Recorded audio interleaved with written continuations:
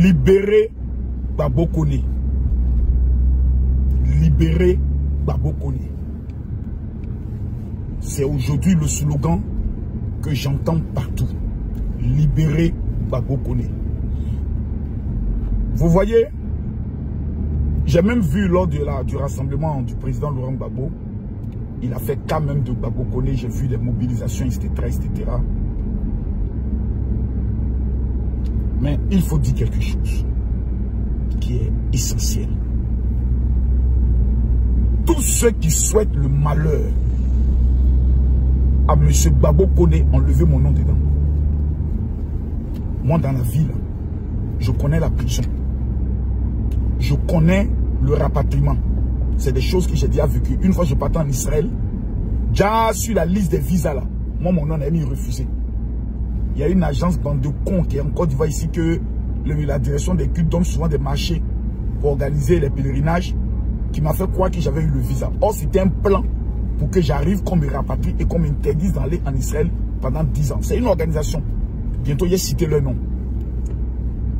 Et j'ai été rapatrié. C'est humiliant. C'est humiliant. Aujourd'hui, il faut dire les choses avec beaucoup de responsabilité et de vérité. Moi, je dis, je vais être dans une position vraiment de neutralité et aussi de vérité. Gbagbo Kone n'a pas été sage. Tu ne peux pas être en France et puis faire sortir de ta bouche, ouais, Macron, moi j'ai enfant, c'est toi qui n'as pas fait enfant, c'est toi qui n'as pas d'enfant. Tu parles au président de la République de la France. Tu es dans son pays. Si tu étais au moins français, on aurait pu dire oui, parce que le président français, Emmanuel Macron, a même été giflé par un Français. Mais tu n'es pas français. Tu n'as pas de papier. Tu fais demande d'asile. Et celui à qui tu fais la demande d'asile, parce que tu veux soutenir l'Afrique, tu l'insultes, tu l'humilies, tu le ridiculises dans son pays. Mais dites-moi s'il vous plaît, vous qui parlez là, moi je vais héberger quelqu'un chez moi à la maison. Et puis il travaille contre mes ennemis, plutôt avec mes ennemis contre moi. Non, attendez, souvent je vois des gens qui ne réfléchissent pas quand ils mènent des combats. C'est-à-dire, tu mènes un combat contre le président Alassane Ouattara. Il faut te limiter à ça. Mais tu ne peux pas être au niveau de la France, crier à bas la France et demander à la France de te donner des papiers. Mais attends, mais ça c'est la sorcellerie à l'état pur. Donc je prie vraiment que Dieu puisse retirer Gbagbo Kone de cette situation. Mais qu'il ouvre son crâne plutôt. Et qu'à l'intérieur, ce qu'on appelle le cerveau là, il faut qu'il réfléchisse. Tu ne peux pas insulter le président français. Mais on va aller montrer ta vidéo d'où tu dis à Emmanuel Macron, mais toi tu peux faire enfant, moi je peux faire enfant. Mais, et vous allez voir des analphabètes notamment. C'est qu'il a dit là, mais c'est la vérité. Ok. Donc vous êtes en train de me dire qu'un Ivoirien peut aller au Mali et puis commencer à dire à bas Assimi Goïta.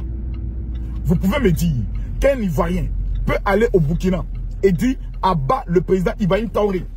Vous pouvez me dire qu'un Burkinabé peut venir en Côte d'Ivoire et puis dire à bas Alassane Ouattara en Côte d'Ivoire. Il n'est qu'à essayer. Aïe, aïe, aïe, aïe, aïe, aïe, aïe. Côté Moronini, donc il faut être rationnel. La plupart de mes petits frères qui font les vidéos, qui nous ont trouvés dans ce domaine-là, ne sont pas intelligents. Ils ne sont pas intelligents. Ils pensent, eux, ces yeux de foule qui les regardent. Champion, ta famille compte sur toi, hein. Tes parents comptent sur toi. L'Afrique que tu vois là, c'est pas toi qui as libéré l'Afrique. Patrice Lumumba n'a pas pu libérer l'Afrique. Thomas Sankara n'a pas pu libérer l'Afrique. Nous allons libérer l'Afrique quand nous allons apprendre nous-mêmes à nous dire la vérité, à nous respecter, à nous aimer. La première libération de l'Afrique, c'est d'abord savoir s'accepter. Tu es en France. Tu es dans une situation irrégulière. Le président Emmanuel Macron s'en va aux États-Unis. Toi, parce que tu veux l'argent de la Russie, tu te permets de l'insulter. Mais soyons intelligents, soyons sages. Tu es allé en France là. C'est pour te chercher ou bien c'est pour combattre la France?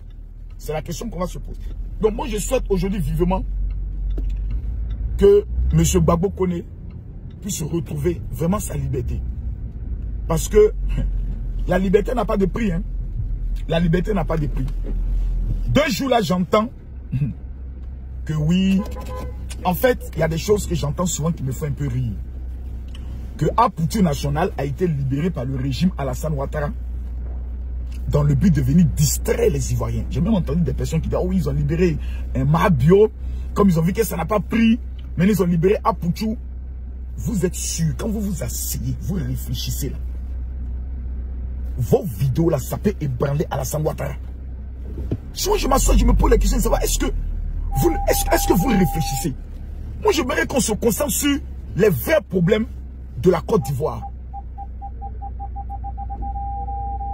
Les vrais problèmes. Il y a des problèmes au niveau de l'éducation. Il y a des problèmes au niveau de la santé. Par exemple, la ville de Soubé, moi je dois y aller. Mais vous n'allez pas attendre. Des gens qui sont au pouvoir, qui ont tous les milliards de la nation, vont aller libérer Apoutou. Apoutou vient. Comme Johnny Pacheco, quand nous attaquons, Apoutou vient. Il faut commencer à attaquer Johnny Pacheco. Vous êtes sûr que ces gens ça ont le temps même de regarder vos vidéos? Vous êtes sûr? Faisons pas ça s'il vous plaît.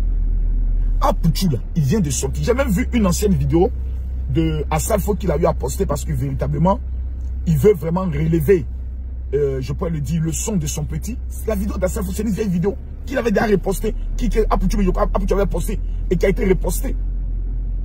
Et je vois des gens qui disent Apoutou est sorti net. Mais pourquoi vous faites ça? Pourquoi vous faites ça? Est-ce qu'on a besoin de ça? Ce pays-là, le jour où il brûle, ouais, ça va faire rien. Parce que nous serons tellement humiliés, nous serons tellement honteux, nous serons tellement ridicules, qu'après on va s'asseoir pour dire, hey, est-ce qu'on était obligé d'en arriver jusque-là? Les amis, concentrons-nous sur notre avenir.